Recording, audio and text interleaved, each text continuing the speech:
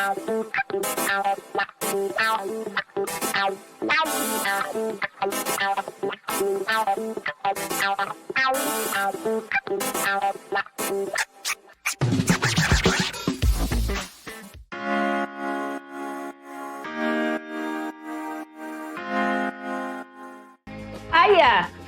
asked you if I could read your invitation to your party on the air, just the first part of it, because you're the smartest girl in class. And you blinded everybody with science. And this is how Jody Hamilton once again did all the work for you. This is the girl you always cheat off in school because she's the smartest girl in class. This is the first invitation, right? This is the first invitation I've gotten to a party, to a thing, to a whatever, since COVID. So, this is it. Can I have some breezy informational music that Jody's done all the work for you? Hugging party, June 19th. Just whatever music you have. Yes, thank you. Hello, all. Oh, there. So Lonnie and I are hosting a fully vaccinated, meaning you are at least 2 weeks out from your second Pfizer or Moderna shot, or 2 weeks from your single J&J shot. Hugging party. This will be an outdoor gathering. In order to be admitted, bring your vaccination card. That's all in caps. Bold.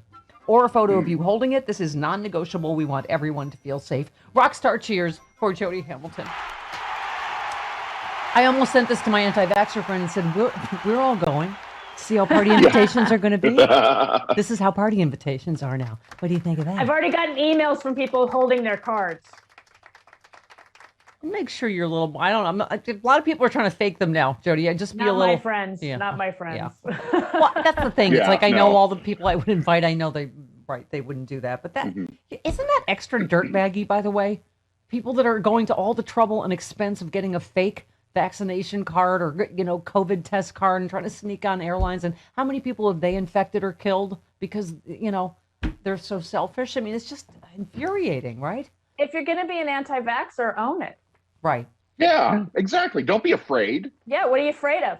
Yeah. If you really believe it. Yeah. What are you if so afraid that's your convictions, if you believe it, then do not try to fool anybody. Just I'm an anti-vaxxer. There you go. Don't be a scaredy cat. Own it, and you can't play in any of our reindeer games. They should be shunned from polite society. Thank you. Come on, gang. Yes. We won't let Rudolph join in any reindeer games. Well, and we were just talking, Jody. Listen, we joke on the show a lot, but we understand people that are legitimately afraid or vaccine hesitant and are not, like Krista. Her mom had a not so great reaction. She was scared, so she just got her first one. And we love her, but totally. The other thing that happened just at the same time is we're switching phone systems, so she doesn't need to screen from here right now. So when she's fully vaccinated and it's safe, she will come back. But that's what I'm saying is you can also handle these things with love and empathy and understanding. It's just we understand, but we can't be here in this workplace until we're all vaccinated because we're a very small, little group. We're of essential workers, and so that's the thing, Jody. I love this Jen Psaki yesterday talking about the employment numbers. This is a big driver. First of all, there is no evidence people are not. It's not they're not going back to work because they're lazy or they don't want to work. Right. It's because they don't feel safe yet. Kids aren't vaccinated yet. Childcare. There's a lot of elements that go into why, like Eric Boehlert was saying this yesterday, why life has changed, obviously, during COVID. There's a lot of things I'm not going to go back to. I love my Peloton. I'm not going back to in studio, whatever, bicycle. I mean, I think grocery shopping. I like having groceries delivered now, so I'm just saying there are adjustments, and it just is. This is why this argues even more for the Jobs Act, the Infrastructure Act, right? For everything we need, to put this society back together right after this unprecedented pandemic. Absolutely. I mean, we went out to go to Palm Springs for Mother's Day weekend to see Lonnie's mom, and we're trying to get reservations because Lonnie's mom and husband, Lonnie's aunt also lives with them. So there's 3 people. So I was trying to get reservations for 5 people outdoors on Saturday night in Palm Springs. Right. Good luck. Good luck. Yeah. I could get reservations for 2 people anywhere and then indoors. And I'm like, I don't want to eat indoors yet. I'm not ready. Yeah. But we did find this lovely French restaurant in Palm Desert, in Indian Wells, actually, that could accommodate us at 6:30. Otherwise, it was 9 o'clock at night. So there was like You either eat it stupid early or stupid late. And we can always, all of us can get in because we eat it, grandpa o'clock. Yeah, stupid grandpa early. and grandma o'clock. We're like, not in Palm Springs. What do you mean? 5 o'clock? Palm Springs in the summer. Yeah, everybody. What do you mean? You don't open until Springs. I've actually had the conversation. You don't open until 5? Yeah. No, I mean, we couldn't get earlier than 6:30 or between 7 and 9 was just impossible. Yeah. And then 9 o'clock, sure, go ahead. But almost every restaurant was like, we're indoor eating only. I'm like, no. Yeah. No. By the way, speaking of March 1st. You ate in Indian Wells? You ate in Indian Wells? That's the most Republican city in all of California. Mm-hmm. Speaking of which, David Hogg, speaking of March for Our Lives, David Hogg, our friend, tweeted, if Republicans really loved freedom, they would be the first in line to get vaccinated. Mm-hmm. Friday is my Emancipation Day. Friday is my Freedom Day. I will be 2 weeks post my second Moderna shot, and I'm really excited about it. I mean, it's... Do you want me to come over after the show? That's why I think your invitation was so smart, because people are scared. It's going to be their first time, and they want to know that, that they're safe, that other people are vaccinated. That I think in terms of going back in businesses, I'm scared to get on a plane, even though I love my mom, of course, to death, and she's 98, but I got it going to see her last time. So, of course, because, Chris, you said yesterday, you were like, oh, well, you're vaccinated and your mom's vaccinated. Right. But presumably right now, not everybody on the plane and in the airport and in my mom's nursing home, which is a COVID hotspot, are vaccinated. Right. In fact, half the people in my mom's nursing home, which has had an incredible amount of infections and deaths, half of them aren't vaccinated, which is even more reason why I said yes. Yeah. Yes. It's by their choice? Yes. That's why my brother said, should mom get vaccinated? Half the people aren't, the staff and the residents aren't going to get the shot. Do they know something we don't? And we're like, even more reason to get her vaccinated. Oh.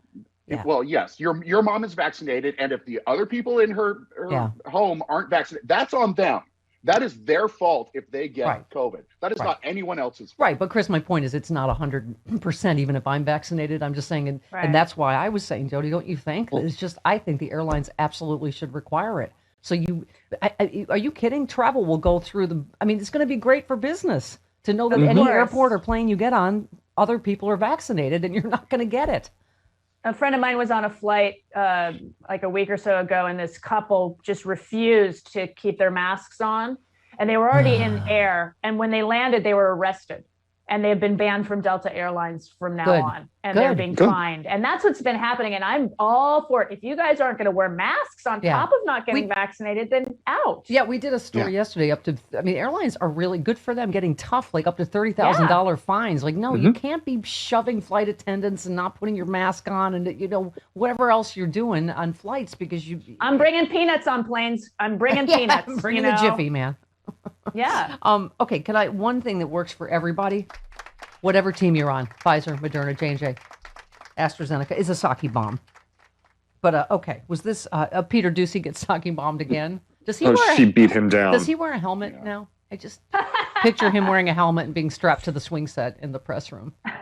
He's like that Mike Myers character on Saturday Night Live with the helmet. What did you think I meant? Well, I was just giving you a visual. I just want a visual. Okay, that's the Mike Myers character with a helmet strapped to the swing set.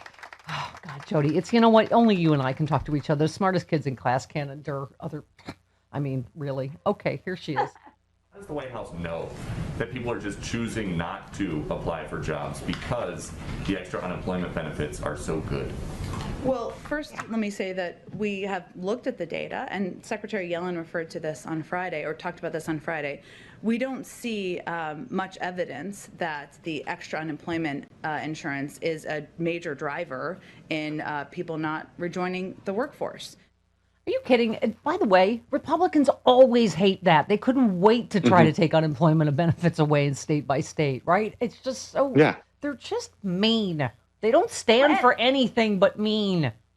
And I should know. And if it is that bad, if there are some people not seeking it because their unemployment would be better than, say, a job they would apply to take, then maybe that job isn't paying enough. Yeah, pay a fair wage and you'll get employees, right? And also it takes businesses time to ramp up, as we were saying. Absolutely. A lot of restaurants are still only 50% or whatever. You watch, the job number next month is going to be great again like it was last month. It's just, we are in a re-entry period. Here's Saki again. we actually see the data and our analysis shows that lack of vaccination, the lower rate, which is why I referred to the data and the week that it was taken, it has an impact. Childcare has an impact. Schools reopening has an impact. But there is also the need to pay a livable working wage. And that's one of the reasons the president will talk about that this afternoon. Yeah, exactly. And one more, Jen Psaki. The Commerce Secretary says the main reason that people are staying home is fear. How does the White House know that people are scared? What is that based on? Well, I think what she was referring to is the fact that there was a much lower vaccination rate just a month ago, and that people are fearful about getting sick. They are fearful about whether they're going to have the conditions to be healthy, whether they can send their kids to a child care center, whether there is a child care center. So those are all factors that are consistent with the examples and reasons I just provided. Mm-hmm. I need a sake bomb. Yeah. Sake. Sake. I mean, Joe Biden has already created more jobs in the first 100 days, right, than any president in modern history. Watch the rocket ship this puts under the economy if we get this infrastructure plan. First of all, if we get everybody vaccinated so everybody feels safe going back to work and to school and right, and being able to get childcare and all of those things. I mean, this pandemic, Jody, blew our society apart in every way. Do we need to discuss again how only women bleed? Because we will do it. We did that last week with Jody. Jody and I, only women bled economically. All of the job loss was women because they had to take, right? Because the child care falls disproportionately on women. Sean is furiously.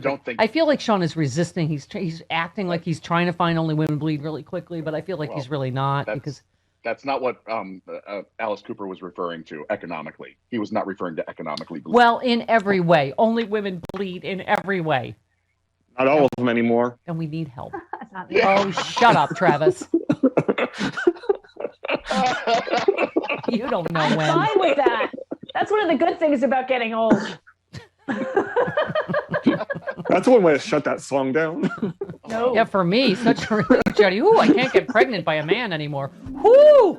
Thank God, because that was a big sigh of relief. Remember the last time I went on, I don't know where it was. Oh, it might have actually been CNN.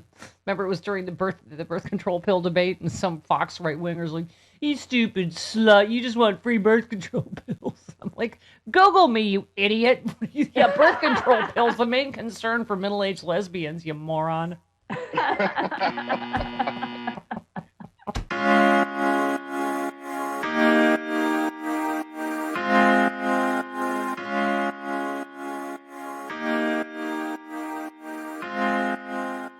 If you have not heard of the Sexy Liberal Podcasting Network, your podcasting superstation, you suck. I mean, it is. We have the smartest, funniest liberals in the country. Stephanie Miller's Happy Hour. We have John Fugelsang. We have Hal Sparks, Frangela, Final Word, and Idiot of the Week. We have Bob Seska. Oh my God. We have Jody Hamilton from The Bunker. We have Start Me Up with Kimberly Johnson. We have Unprecedented. We have the smartest, funniest podcast, period. Get it now. SexyLiberal.com.